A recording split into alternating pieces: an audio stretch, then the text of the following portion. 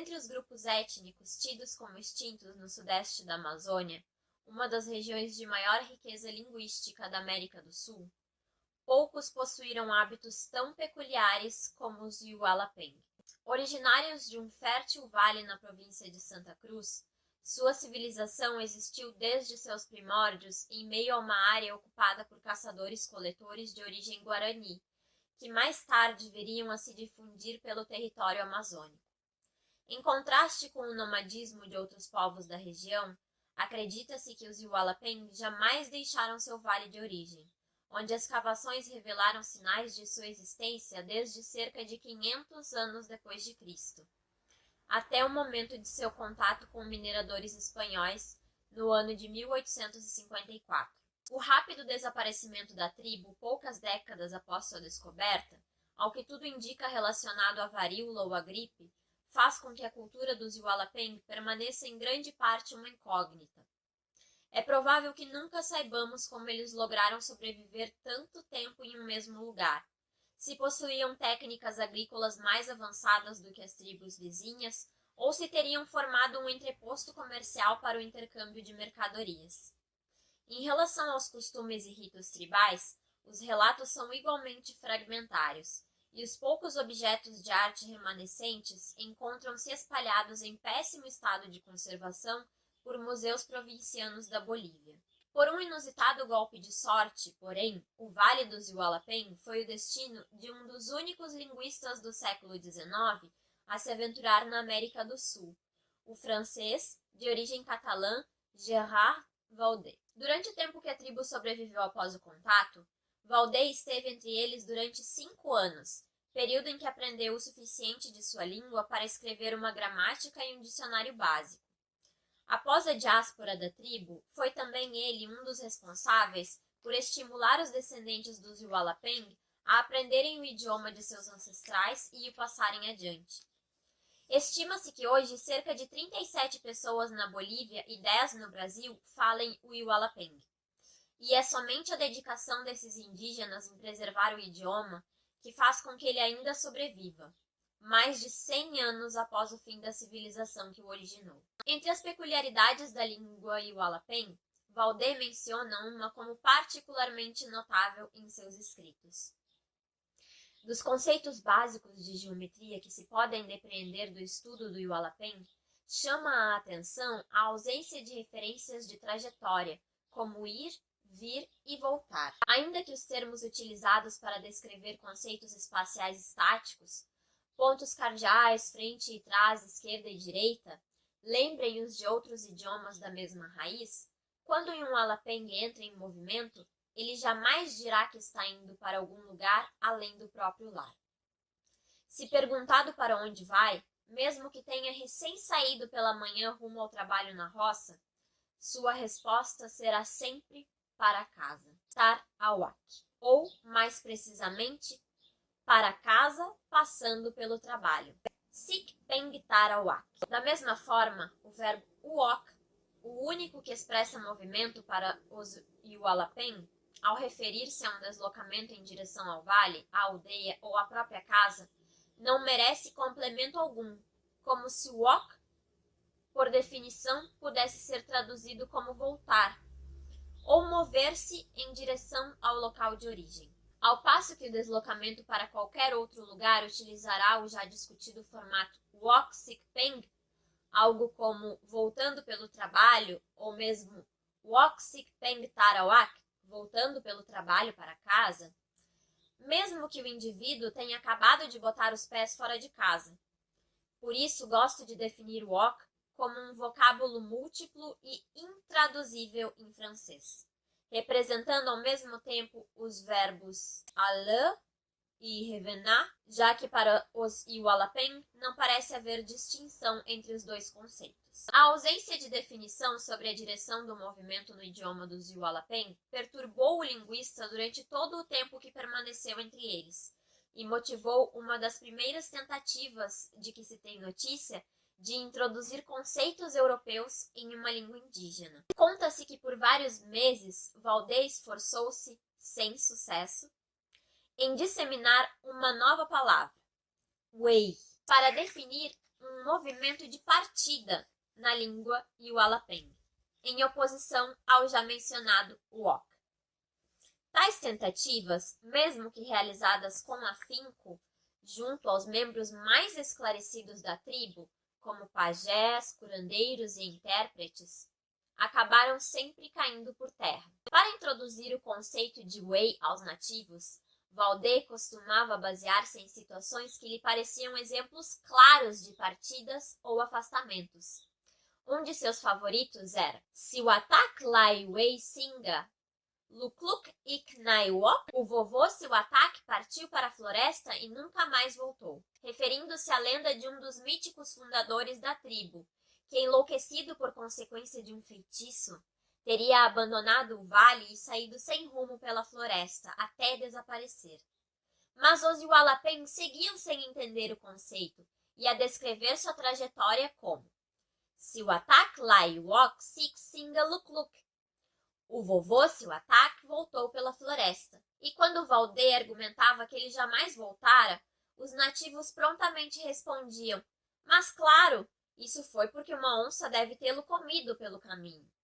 Como se o fato de a trajetória ter sido interrompida não consistisse em absoluto prova de que ele não estivesse voltando. Valdez tentou então o exemplo: Iriat kan uk wakt ik wei suye kame i malma tre malmak. Ou seja, o príncipe Iriat traiu a tribo e foi atrás da princesa Suye, da tribo inimiga Malmak. Ao que os nativos novamente corrigiram-no dizendo: Iriat kan uk wakt ik wok sik Suye kame i malma tre malmak. Ou seja, o príncipe Iriat traiu a tribo e voltou com a princesa Suye pela tribo inimiga Malmak. E aos argumentos do linguista de que o príncipe acabara desertando para a tribo adversária a ponto de haver temores de que ele pudesse liderar em breve um ataque dos Malmak ao Vale dos Yualapeng, eles simplesmente responderam: claro, nós não dissemos que ele estava voltando? Após inúmeras tentativas frustradas, perplexo com o que parecia representar uma incrível forma de cegueira cognitiva, Valdez foi à cúpula dos anciãos da tribo expor sua visão do problema. Introduzir um conceito de ir, em sua opinião, seria fundamental para o desenvolvimento dos Yualapeng, particularmente para futuras empreitadas de colonização dos vales vizinhos. Os anciãos, já cientes das tentativas informais de Valdez de introduzir mudanças no idioma, ouviram a exposição do linguista sem esboçar reação. Ao final, o mais velho entre eles respondeu com um único gesto da mão direita, convocando os guardas a amarrarem o francês e o prenderem em uma cabana afastada do povoado.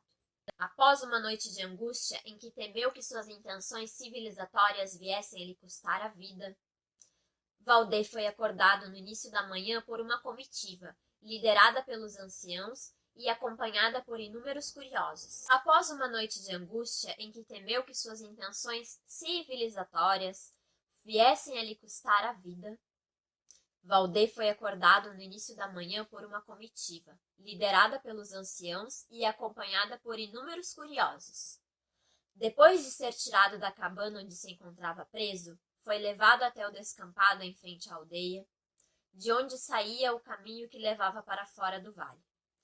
Ao lá chegar, foi solto e ouviu o ancião-chefe pronunciar uma única palavra: Wei! Ao que ele prontamente entendeu que o indígena estava abrindo uma exceção à sua teimosia linguística e adotando pela primeira e última vez a palavra introduzida por Valdez, com o intuito único de expulsá-lo da tribo. A ironia sempre fora uma característica marcante dos Yualapeng, e não parecia uma surpresa que eles o dispensassem daquela forma. Desolado com a rejeição do povo ao qual tanto tinha se dedicado, e temeroso do destino que lhe esperava ao partir sozinho, o francês apanhou a mochila e começou sua caminhada sem olhar para trás.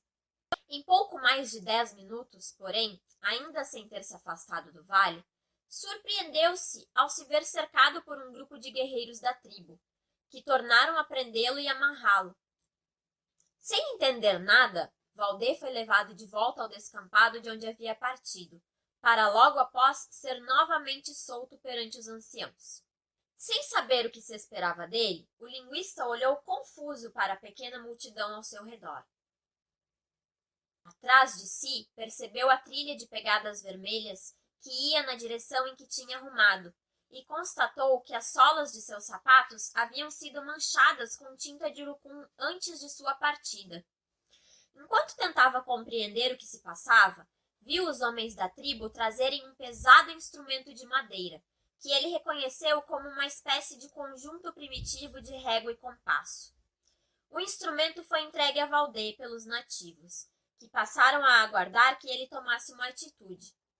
Como o linguista permanecia perdido, um dos anciãos tomou a frente, apanhou o compasso e partiu na direção das pegadas. Cautelosamente, o ancião foi percorrendo a trilha deixada por Valdê, enquanto este o seguia de perto, escoltado pelos guardas. Com a ajuda dos homens mais jovens, o velho foi traçando no chão o caminho que o linguista tomara e calculando o ângulo das curvas que ele havia feito, que eram muitas. Afinal, a área era cheia de mata densa e era difícil caminhar em linha reta. A destreza do velho em manejar o instrumento era notável, e em pouco tempo ele chegou ao final do percurso de Valdê, informando, após alguns cálculos mentais, o ângulo total de curvatura de sua trajetória. Satisfeito, o ancião entregou o compasso ao francês e lhe propôs uma tarefa. Ele haveria de seguir andando naquela direção, mas respeitando sempre a curvatura em que havia inicialmente caminhado. Ao ouvir os protestos do linguista, que alegou que deixar a trilha para caminhar em uma direção arbitrária pela floresta seria suicídio, o ancião prontamente designou um dos jovens guerreiros para acompanhá-lo. Mas Valdê permaneceu desconfiado, sem entender do que se tratava aquilo, e só foi convencido a seguir as ordens do ancião quando as lanças dos guardas se puseram em riste. Sem opção, ele por fim apanhou o compasso e partiu com o instrumento em mãos, traçando sua trajetória nas engrenagens de madeira com a ajuda de seu companheiro indígena. A enigmática tarefa foi a princípio tomada por Valdê como uma provação incompreensível, proposta pelos anciãos com o intuito de aumentar a dificuldade de sua jornada. Algum tempo depois do início da caminhada, no entanto, ele começou a intuir o que se passava. E quando 2 horas depois, sem nada fazer além de manter o ângulo em que saíra caminhando, o linguista se viu subindo uma das trilhas de montanha que levavam ao vale. Ele soube que estava certo. Ao chegar a um ponto alto do caminho, Valdê viu a tribo reunida em peso no descampado que havia sido seu ponto de partida. Logo os nativos também o avistaram e, às gargalhadas, aplaudiram efusivamente seu largo movimento de meia volta. Carregando o compasso de madeira com o corpo encurvado, o linguista finalmente chegou à praça central da aldeia, onde o ancião-chefe recebeu-o com uma única palavra: "Walk", e nada mais disse. Contaria Valdê mais tarde em suas anotações. Tomando-se por princípio que as trajetórias dos seres no espaço nunca são retas perfeitas, depreende-se que, ao tomar-se a curvatura de qualquer trajetória e prolongá-la por uma extensão suficiente, a linha necessariamente acabará por curvar-se o bastante para andar na direção contrária. É sobre esse princípio que os Yualapeng baseiam sua utilização universal do termo walk.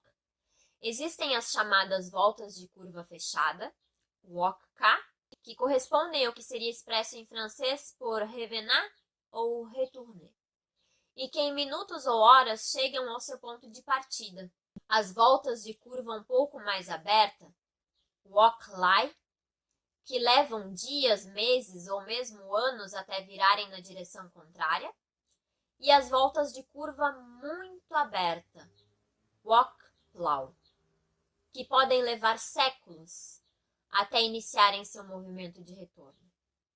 O que para alguns pode parecer sem sentido, já que nenhum de nós viveria os séculos necessários para completar uma walk-plow. Mas se a questão for colocada aos Yualapeng, sua resposta seria apenas "Ik pa walk sen", ou A volta não tem culpa, o que é um argumento incontestável. Pois se a duração da vida não permite que uma volta se complete, não é por isso que ela deixará de ser uma volta.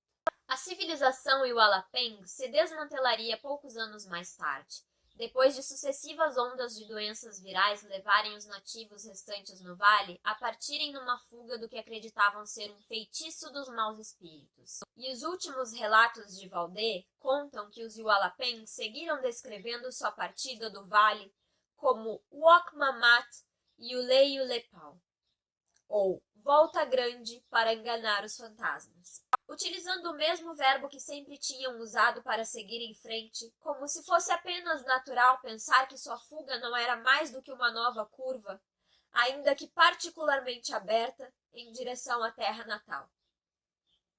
Após a morte de Valdê, o conhecimento sobre os Yualapeng se restringiria a relatos fragmentários de antropólogos que o sucederam. E pouco se sabe sobre o paradeiro dos remanescentes da tribo. Ainda assim, levantamentos étnicos recentes na face amazônica dos Andes têm mostrado que a influência da cultura dos Yualapeng na região é maior do que se pensava. Além disso, a evasão da tribo fez com que seus descendentes mestiços se espalhassem pela América do Sul, o que começa a ser comprovado pelo estudo de marcadores genéticos.